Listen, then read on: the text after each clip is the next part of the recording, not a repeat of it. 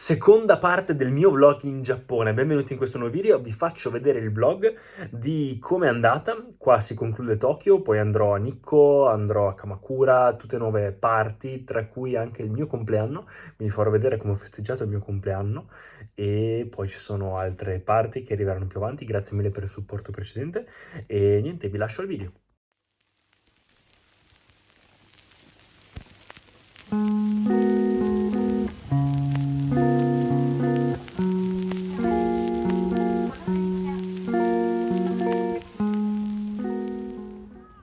Ed eccoci qua, benvenuti in un nuovo vlog.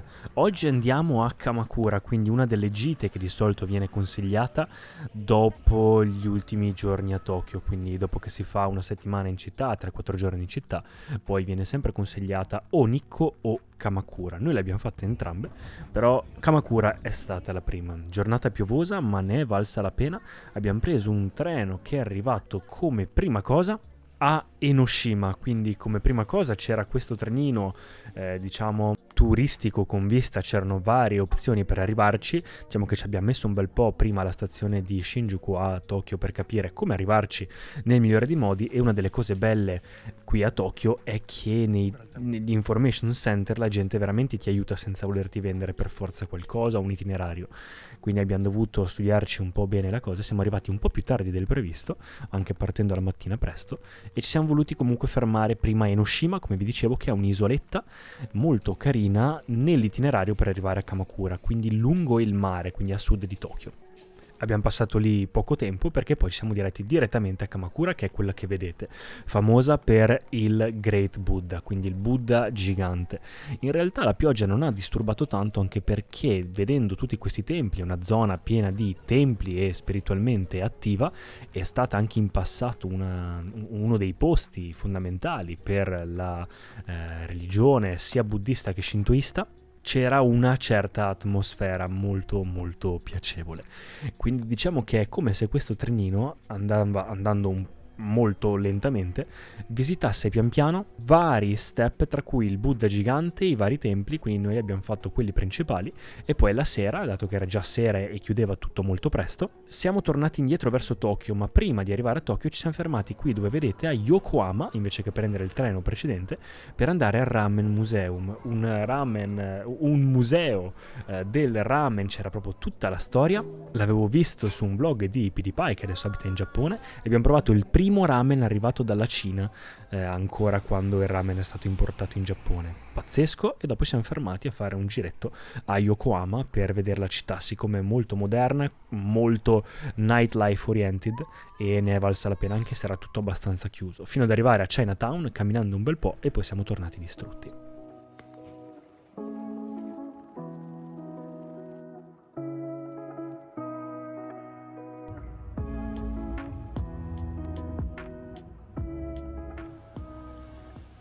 Seconda parte, invece ci siamo diretti all'altra zona da vedere, che era Nikko.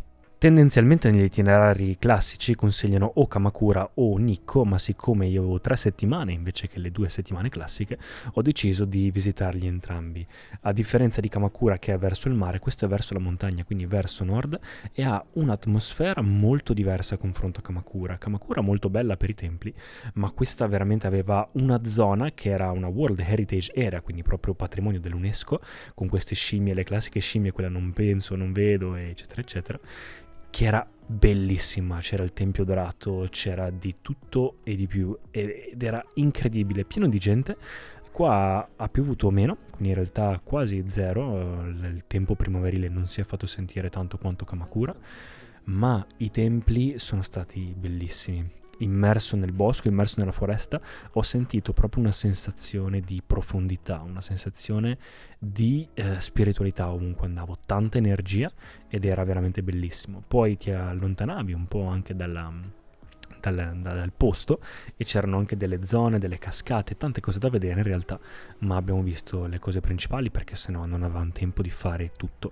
Come vi dicevo, le cose chiudono molto presto, soprattutto i templi e le cose così. Se devo consigliarne una, consiglio comunque Nikko. E poi siamo tornati indietro, abbiamo deciso di fare lo Skytree.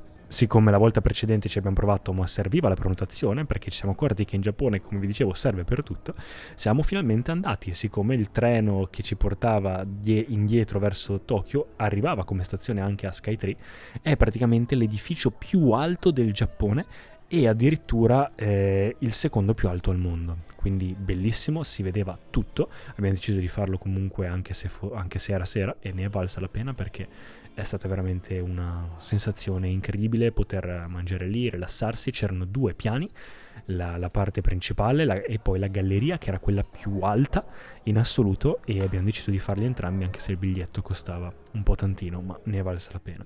Poi siamo tornati indietro e abbiamo deciso di mangiare qualcosa di tipico nella zona classica di Shinjuku, che è dove abbiamo l'hotel, e abbiamo deciso di assaggiare la soba tipica di uno di quei posticini riconoscibili sempre negli anime, eccetera, andando sempre sui più consigliati online.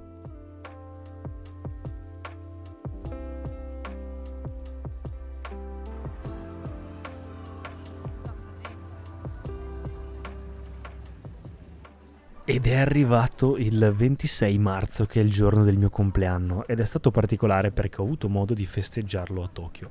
Siccome i giorni precedenti sono stato a Nikko e Kamakura, avevamo un altro giorno extra a Tokyo e quindi abbiamo deciso di festeggiarlo semplicemente facendo quello che ci pareva. Quindi siamo andati fino a Koreatown inizialmente per visitare un po' la zona, per poi prendere la stazione, cioè la metro, e andare fino a Ikebukuro. Ikebukuro è un po' più in alto, una zona in cui in realtà c'è Sun City o qualcosa del genere, che è una zona dove c'è il Pokémon Center che volevo vedere.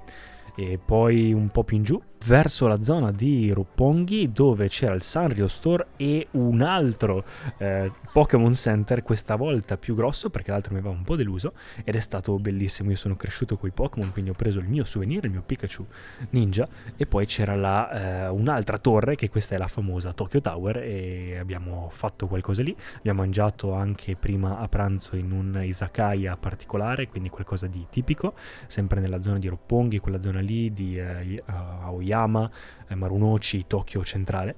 E la Tokyo Tower è stata bellissima, romantica, era iniziato a piovere, quindi ci siamo ridiretti verso Roppongi, che è la zona, diciamo, di negozi un po' più lusso, e dove c'è un famoso gonpachi, ovvero un izakaya dove hanno addirittura girato una scena famosa di un film, Kill Bill, e lì ho cenato. Abbiamo avuto fortuna di trovare posto perché è sempre pienissimo, con una cena tipica tradizionalissima, e abbiamo festeggiato il mio compleanno così. Quindi è stato molto molto particolare, molto bello.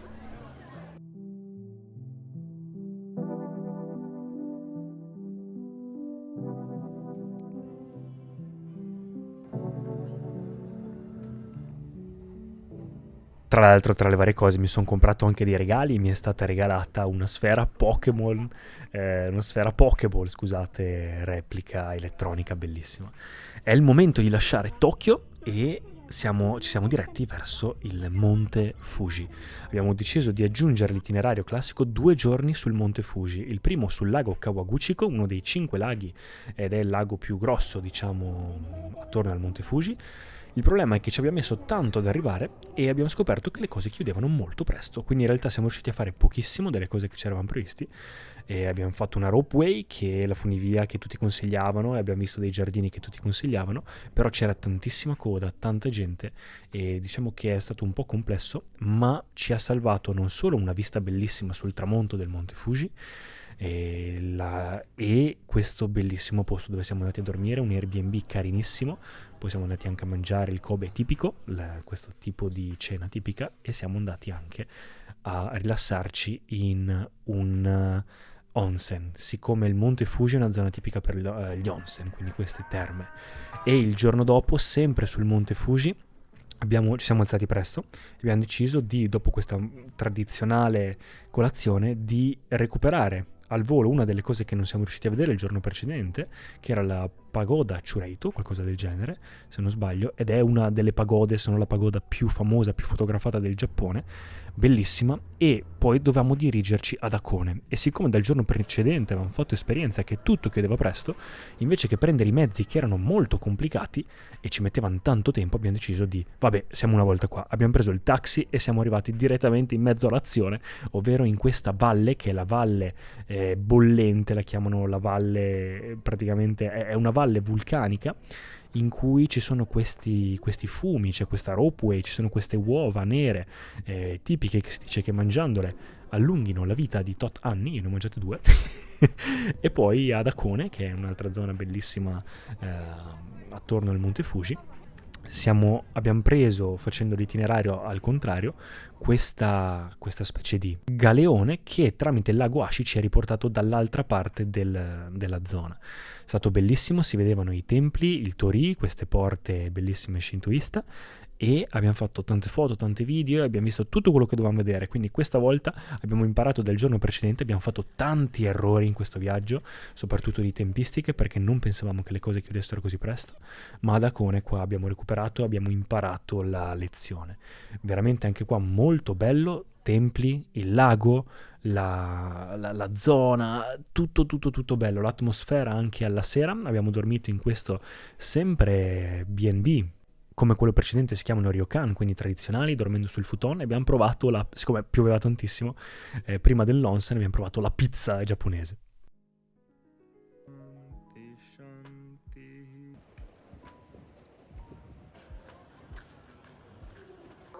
Ultima parte di questo vlog, abbiamo preso il treno per tornare indietro verso Odawara, verso Tokyo, per prendere il nostro primo Shinkansen, il treno ad altissima velocità, e arrivare ad Hiroshima.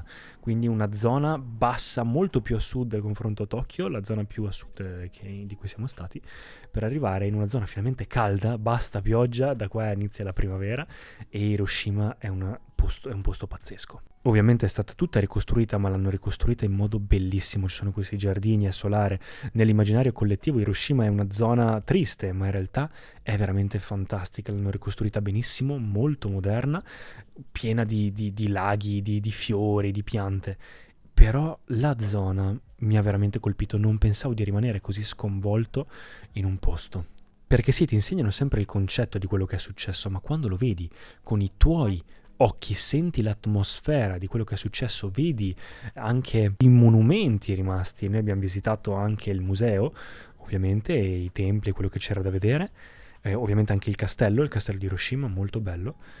Ti rimane veramente dentro, senti questo quasi silenzio, questa profondità, questo qualcosa che va raccontato, e mi ha veramente commosso. I giapponesi sono persone fantastiche, che hanno subito una delle cose peggiori che l'essere umano potesse subire, veramente un esperimento, la prima volta che poteva succedere all'essere umano, e non hanno veramente potuto far niente se non rialzarsi, perdonare, che è una cosa molto bella e molto saggia, e rimettersi al lavoro per costruire tutto con la testa alta e veramente tanto coraggio. Incredibile, il museo è stato bellissimo, fatto benissimo, c'era gente che dall'inizio alla fine piangeva leggendo le storie e le conseguenze di quello che è successo, le storie personali di queste persone che hanno vissuto non solo la bomba, ma anche quello che è successo dopo o attorno alla bomba, ed è pazzesco.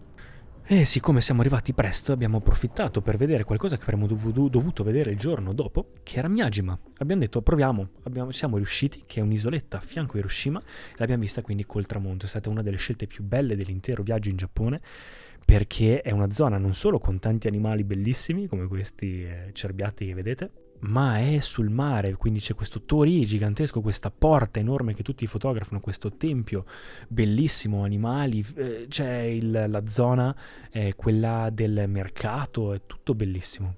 Anche questo, come il centro di Hiroshima, è molto solare, molto bello, tantissima gente in giro, quindi veramente qualcosa di fantastico. Mi ha colpito tantissimo ed è stata una delle parti più belle di tutta la vacanza. Ovviamente non serve neanche dirlo, mi sono messo a fare tantissime foto che potete vederle sul mio profilo Instagram. Se volete supportarmi o farmi qualsiasi domanda anche lì, io sono aperto e disponibile ovviamente a rispondere a qualsiasi domanda. È un viaggio che mi sta piacendo tantissimo, mi è piaciuto tantissimo, non vedo l'ora di tornare e semplicemente editare queste cose, anche mangiare, il cibo, tutto quello che vedete, quel dolcetto tipico della zona, rivedere queste cose mi sta facendo una voglia di tornare indietro pazzesca. Siamo tornati poi per la nightlife di Hiroshima, molto bella, abbiamo provato il cibo tipico che è l'okonomiyaki, questa frittata con noodles fritti di tutto e di più dentro. Abbiamo visto le tipiche sale slot e sale giochi al B&B e poi a letto. E mi sono preso un piccolo souvenir di Pokémon prima edizione. Spero che il video vi sia piaciuto. Per qualsiasi domanda o qualsiasi cosa potete lasciarmi un commento qui sotto, iscrivetevi al canale, mettete oppure un mi piace e potete anche scrivermi su Instagram senza problemi, anche se volete supportarmi lì. Grazie ragazzi, ci vediamo al prossimo vlog alla parte 3.